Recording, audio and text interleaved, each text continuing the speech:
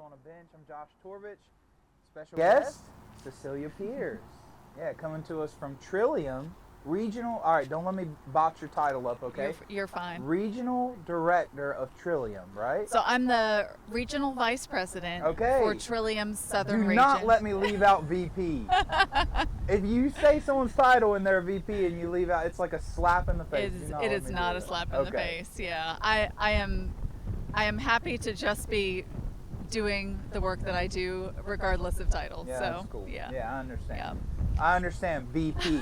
Yeah, it's easy to say that from the perspective of the VP. Yeah, all right, I got you. All right, so tell the folks a little bit, because you're tuning in. Trillium's a very large part of how we access care. Yeah. Yep. Tell us about Trillium real quick, and then Yep. tell the folks too about what role you play in making sure that we can reach those care systems here. So Trillium is a 46 county public local health plan. The majority of our members are Medicaid recipients, and we also provide services to individuals, behavioral health services primarily, to individuals with no insurance.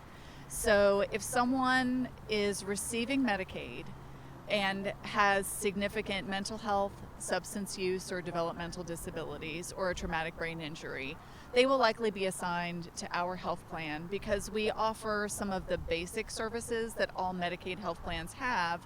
We also offer enhanced services to meet the more complex needs of people within the system that have significant challenges. Yeah, wow. So, huge part of what we do, but Trillium also represents a huge part of the state, right? Not just Brunswick County, many counties. Yeah. So we cover 46 counties, yeah, wow. And our southern region is 9 counties, and we intentionally broke up our 46 counties into regions so that staff can focus more locally on local needs, because every county is different. The needs, the composition of the county, the culture within the county, including, how people respond to behavioral health concerns, substance use concerns, and that stigma. So we have to address those needs and those services differently in every county. You're saying all the right things, because I want to talk to you about those things, okay? Let's talk about the access to care conundrum that we always tussle with as people who are in our field. Yeah. And then let's talk about the stigma piece, okay? Because, I've recently been added to the Campaign for the State Unshamed campaign that focuses primarily on stigma, especially associated with medications for opioid use disorder. So I want to segue into that, okay? Okay. So, but first, access to care. Yeah. So that has multiple layers.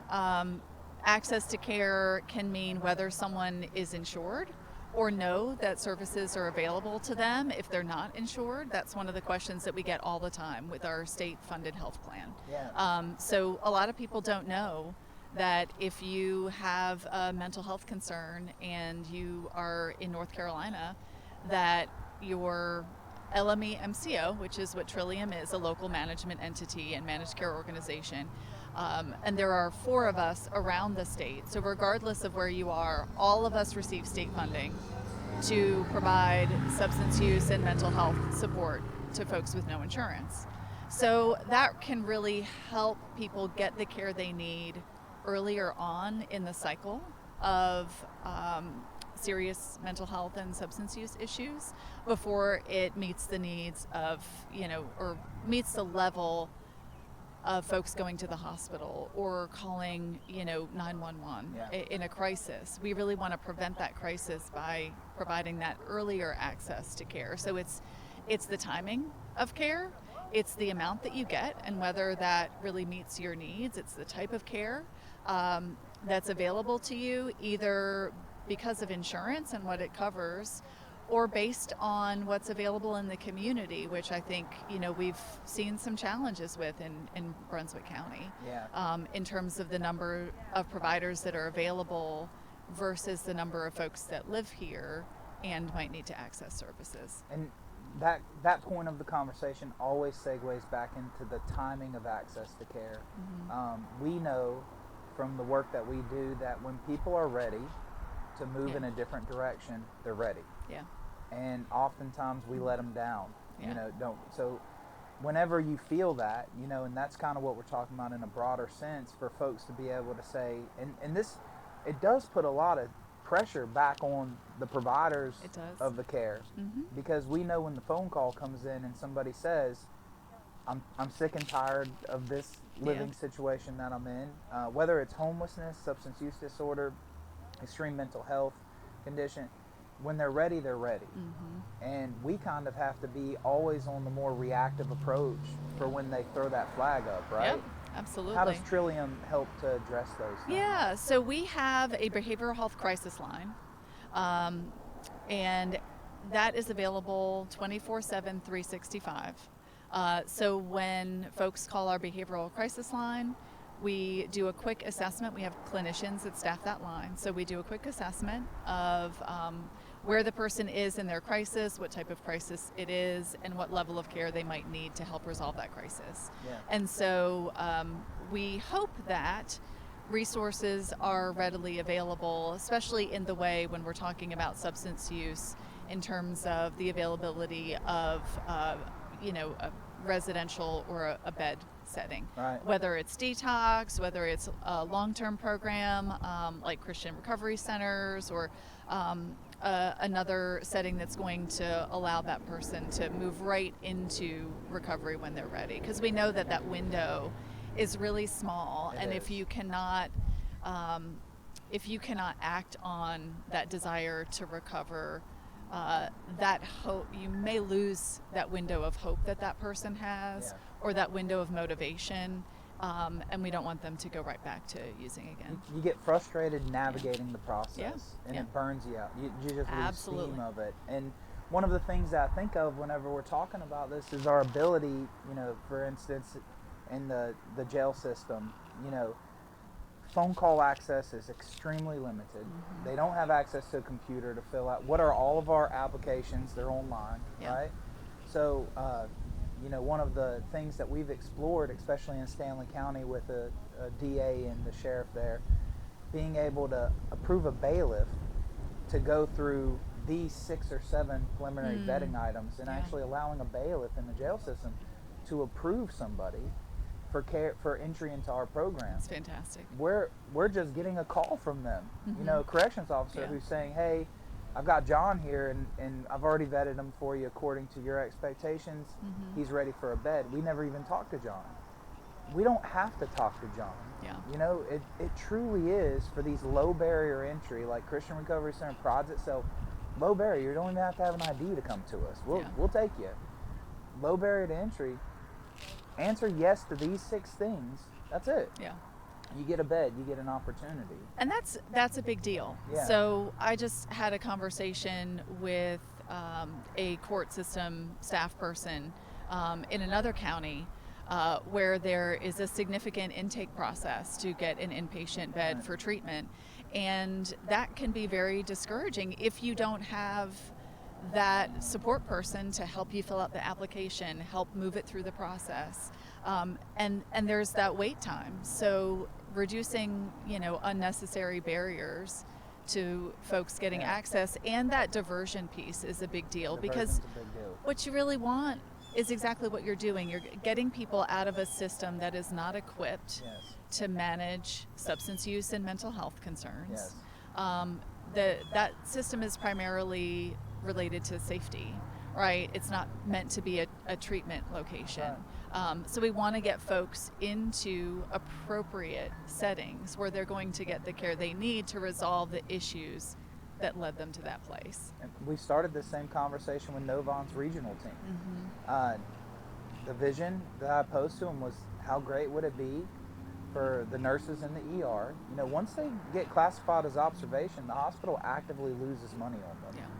They don't have to wait 3 days for us to turn around an application. They don't have to fill out a 50-question application. The information is necessary for us to have, but mainly for tracking demographics and understanding where people are coming from and what their needs are. What's the real vetting criteria? It's 6 questions. Can Novant train their ER staff to say, if they say yes to these 6 questions, we'll give them a bed, and because they're a closely associated community partner, we will literally give them that bed just Yeah. based off of, we never have to talk to them. Yeah, it's fantastic. So I wish I was the visionary behind that. It was one of my teammates who came up with that, but I was so in love with the idea because access to care, we'll lose them in that window, and we do all the time because of system-to-system interactions, Yeah. and those are difficult things to circumvent. Yeah. So when we're talking about the main approach to stigma, all right, I'll shift gears on you a little bit. Yeah. I've talked to people, so I don't know, 22, what is this, 21 hours. I'll be done at 3, okay, 3 p.m.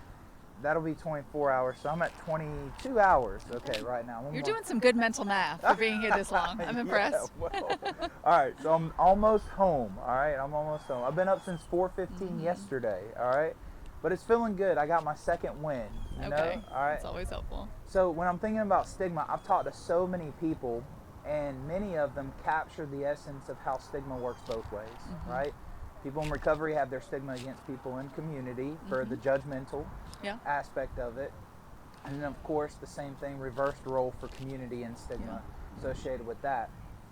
Not many people addressed the stigma that's attached to treatment options for people, which is what I really am interested in talking to you about. Christian Recovery Centers has a philosophy that's different from many faith-based organizations, also different from many non-residential providers. You call us the middle of the aisle guys, right?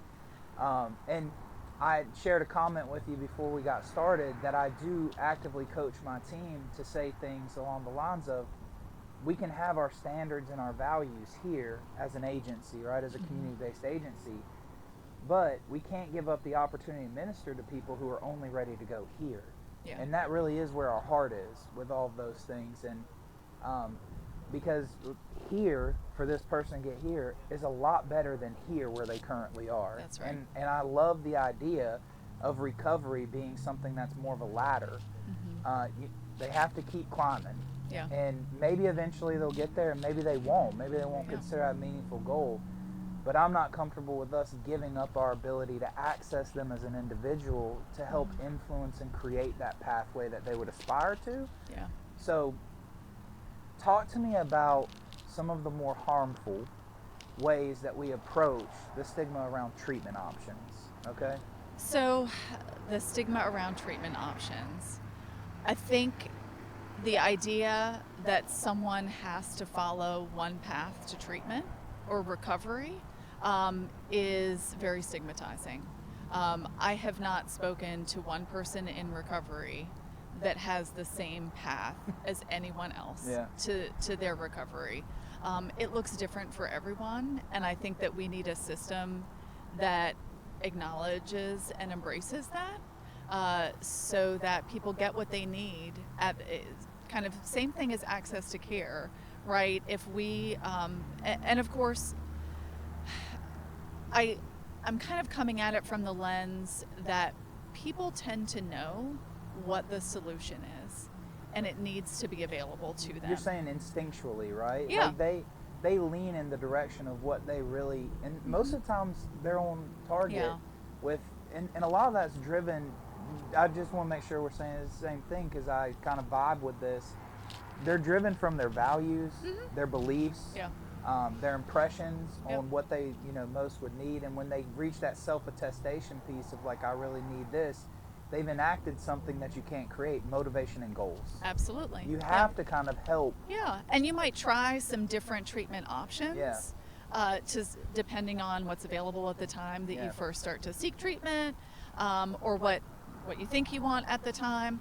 But the important thing is that rather than us telling someone this is the type of treatment you need, to provide them with the options. Choice is inherently motivational, right? It gives people the autonomy to feel like they are empowered to make change. Yeah, pathway to self-governance is powerful. Yeah. Yep. And so that is really important, and it can be really stigmatizing to a person that if they did not get recovery in this one particular way, that it's not going to happen. And I think having options available, meeting people where they are, and not necessarily having clear expectations around what recovery is going to look like for a person.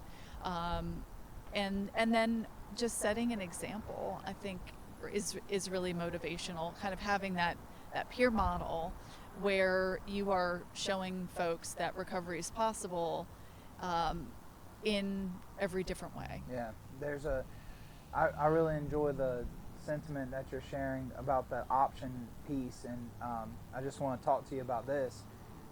I'm thinking about Christian recovery centers, and it's no secret in our name we have values. Yep. They're Christian values and beliefs. Do you believe that it's enough in the lane of creating options for people for us to have an active engagement with partners, even if we don't offer it in-house, but to have such a close pollination with other community-based agencies, clinical care providers who are helping us provide those options? And in our system of care, this is really a cultural piece for us. Yeah. It's not I haven't gone and created these resources under our roof. I've gone and made sure that it looks like these are all available, and they are, right? They're all available to them in their current space.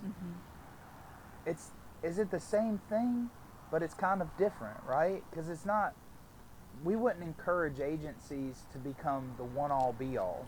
The non-residential providers in our community, they serve a great purpose, a great need. Philosophically, they have their own approach, right? And we philosophically, residential provider, have our own approach. I have a heart for increasing our collaboration so that when people leave us, they don't really feel like they're leaving us. Right. They almost feel like it was like, oh, y'all aren't the same, like, y'all don't work together, like, y'all aren't the same, and we really have tried to create that, and I know our partner, Southeastern Integrated Care. Yeah. We've really worked hard to do this, which I don't know of anywhere else. You probably do because you're widespread. I don't know of any other faith-based programs who are intersecting like that with a program like that, with a clinical care program. There are definitely a few faith-based residential programs that are incorporating a therapeutic, an outside clinical therapeutic component, maybe not as well integrated as yours is at the moment.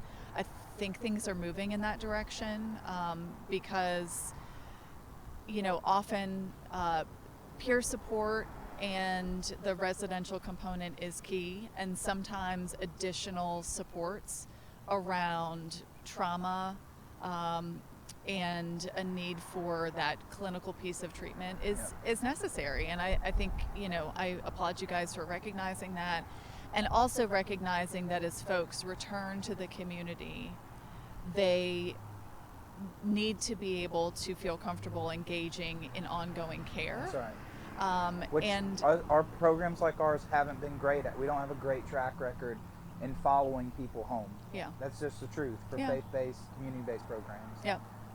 Non-residential programs, that's what they do. Right. They follow people home. Yeah. Yeah. So to already have that baked in was a big part of our vision, to be able to know that there's a care provider who's always going to be engaged. Well, and I think one thing that we just have to acknowledge about recovery is that folks may have slips in their recovery process, and they need to know that there's ongoing support available. And it might not need to be a return to residential, but it needs to be a return to something to get that extra support, to lift back up, to get back on track. I agree. And so really providing that foundation while folks are going through that intensive residential process, just helps carry that over for, future support. Yeah. And working collectively, I want to be able to say this, right? I've been actually holding the comment to share this with everyone today until the time approached the right way. Incorporating this clinical model increased our early retention by 100%. So, it's not, MOUD was a part of that, but that wasn't the whole picture of it, right? It was really, and what I've seen is this, mental health services. Yeah. So, less than 7% of our folks have currently engaged in MOUD. For them, it's been a great resource, but for the other 93% of our program, how's it increased retention by 100%? It's been in the lane of mental health. They have additional supports that, I would have never been able to offer. You know, we Yeah. just don't have that kind of staff, and we don't have a psychiatric nurse practitioner, so on and so forth. Yeah. Do you see that as a something? Well, That doesn't surprise you, right? it doesn't surprise me at all because we see mental health and substance use so closely connected because a lot of use stems from some sort of trauma, some sort of experience that has led folks to need a coping mechanism. Yeah. Find And some relief. yeah, and that relief has come in the way of substance use. Yeah. And so once you are able to remove the substances, you're still left with whatever led to Right. that unhealthy coping, and treatment is needed for that. And Yeah. so having that mental health and mental wellness, that holistic mental wellness component to the program makes a lot of sense. Let me test something on you, okay? Okay. No pressure. I hope I'm not creating pressure for you. No, not Okay, at all. Good. A system that doesn't work to exit people from it probably isn't working according to the best model. Test that with me. So I think, and we say this in general around social services and social work, we always want to work ourselves out of a job, right? We want folks to be able to be self-sustaining so that our support is needed until it's not. But of course, our systems are designed to do what they do. So I don't know that our systems necessarily are designed to create independence in our folks the way they should.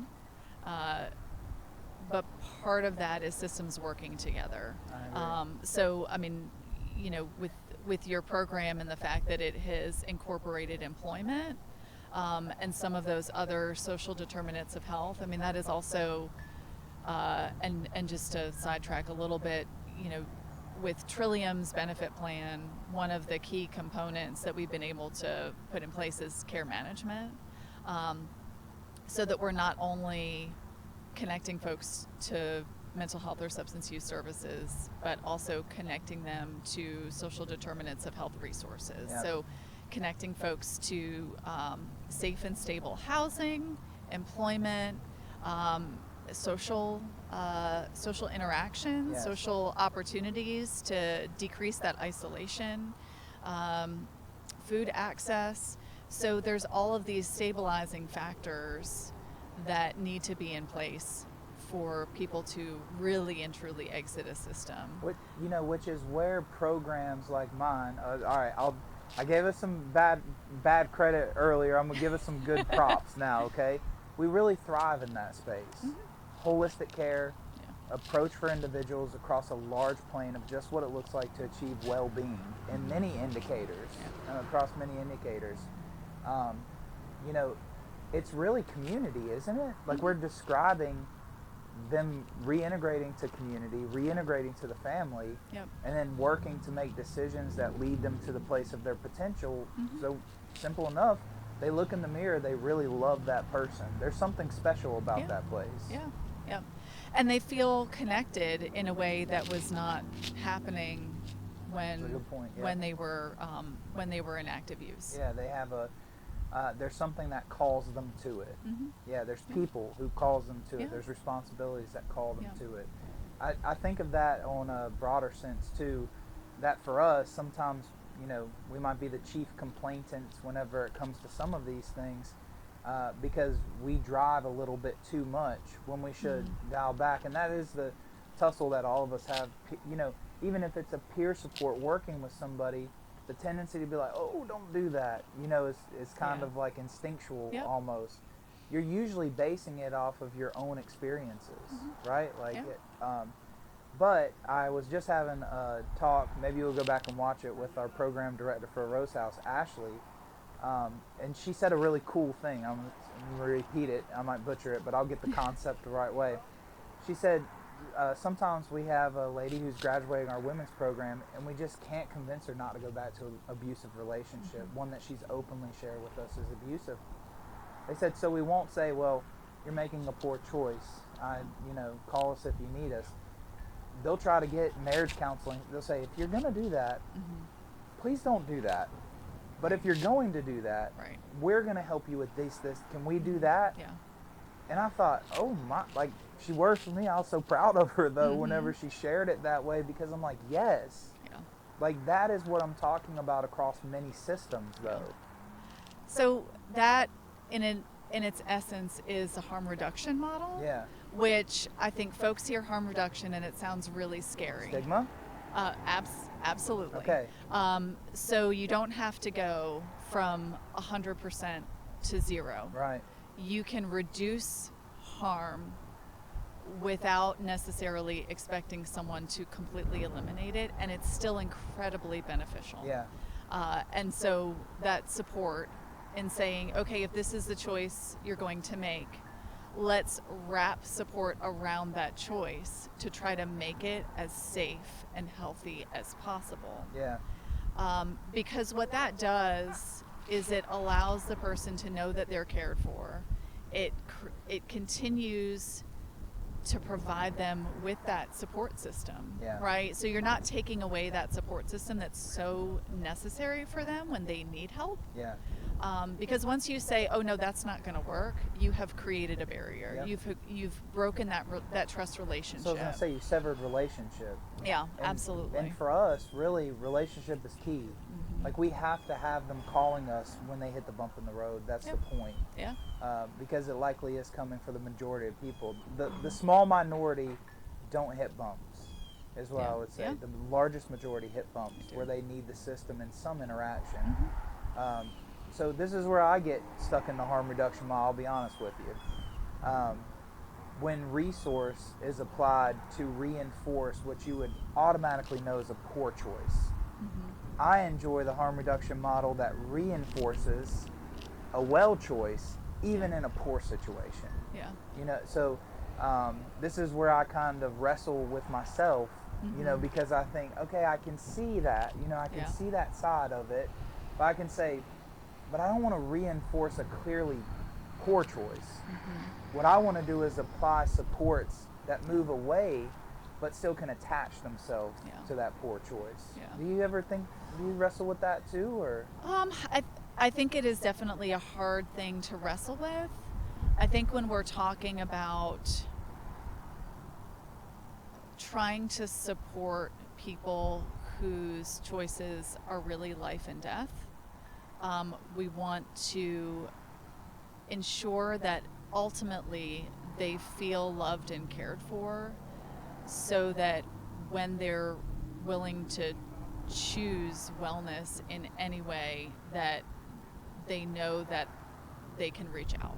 Yeah. And so whatever is allowing them to still feel connected, you know, the further disconnected people are, the more likely they are to, you know, make even poorer choices. I agree with that. So But what you're saying is we really don't want them distanced from us, right. because at least they're closer to what we have seen Yeah. to be able to help shepherd them in a better life choice. Well, and I think pulling resources away from folks never makes them necessarily want to work with us or want to change. That's hard, right? Yeah. Oh my gosh, you just stepped in it. All right, so it's like you gotta. It can't go forever. Yours can't go forever. Mine can't go forever. And then the biggest question, and I knew we would get into it at the very end when we have like zero time left. They're in my ear telling me, but you would say like, even Trillium has its limit of where it would be able to reach to continue to extend resources to somebody who just won't actively engage in the solutions provided. At some point you say, no, I can't. Well, so what we call that is the dignity of risk. So we can't force anyone to accept care. Mm-hmm. Only under the most extreme circumstances where someone is harming themselves Sure, or yes. others, Yeah, like absolutely. physical harm. Yeah. Otherwise, they have the dignity of risk, which is to make their own choices, whether they will have a positive impact on that person's life or not. Right. Because they have autonomy in their decision making. And once you take away that autonomy, then you just open things up for judgment about what is the best choice for someone. And so we try to let our members know that services are available. And we try to encourage our providers to make things as low barrier as possible, so that they, even if someone, let's say, doesn't want to take medication, they're still able to receive therapy, so that they can still try to work through challenges. Because when you're a member of our plan, we know that there are challenges to be worked through.